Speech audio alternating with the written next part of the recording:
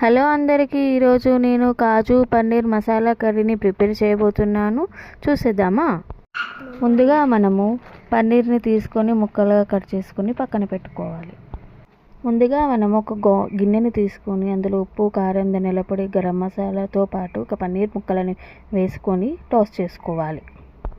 ఇప్పుడు మనము పన్నీర్ ముక్కలకు పాలవాసన వస్తుంది కాబట్టి ఒక 5 నిమిషాలు పక్కన పెట్టుకుందాం.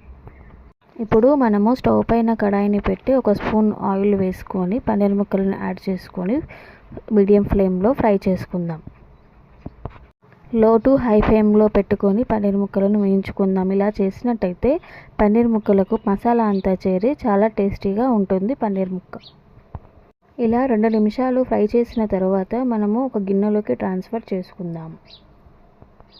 ఇప్పుడు అదే కడాయిలో 2 టేబుల్ స్పూన్ల ఆయిల్ని యాడ్ చేసుకుందాం. 3 మీడియం సైజు ఆనియన్ ముక్కలుగా చేసుకొని అవి వేగిన తర్వాత టమాటాను కూడా వేసుకొని ఇప్పుడు మంటను లో ఫ్లేమ్లో పెట్టినప్పుడు ఈ టమాటాలు, ఉల్లిపాయ ముక్కలు బాగా వేగుతాయి. వేగిన తర్వాత ఇప్పుడు మనము కాజు వెల్లుల్లిని వేసుకున్న తర్వాత ఇవి బాగా ఫ్రై అయిన తర్వాత వేరే గిన్నెలోకి ట్రాన్స్ఫర్ చేసుకుందాం.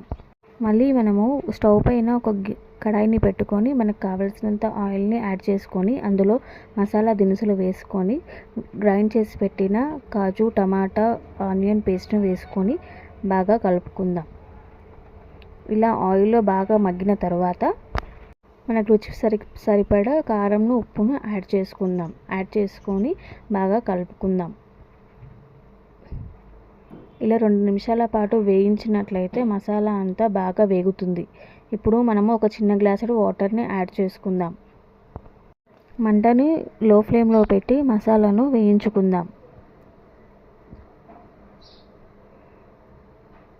ఇది ఎవరెస్ట్ పన్నీర్ మసాలా అయితే ఇది చాలా టేస్టీగా ఉంటుంది కర్రీలో వేసినప్పుడు. ఇప్పుడు మళ్ళీ మనము వేయించుకున్న పన్నీర్ ముక్కలు ఏవైతే ఉన్నాయో అవి కర్రీలోకి యాడ్ చేసుకుందాము. చేసుకున్న తర్వాత కస్తూరి మేతిని యాడ్ చేసుకుందాము. కస్తూరి మేతిని యాడ్ చేసుకున్న తర్వాత మనం 2 మినిట్స్ లో ఫ్లేమ్లో మూతను పెట్టి ఉడికించుకున్న తర్వాత అందులోనే మనము పన్నీర్ మసాలాని యాడ్ చేసుకుందాం. తర్వాత సర్వింగ్ బౌల్లోకి తీసేసుకుందాం.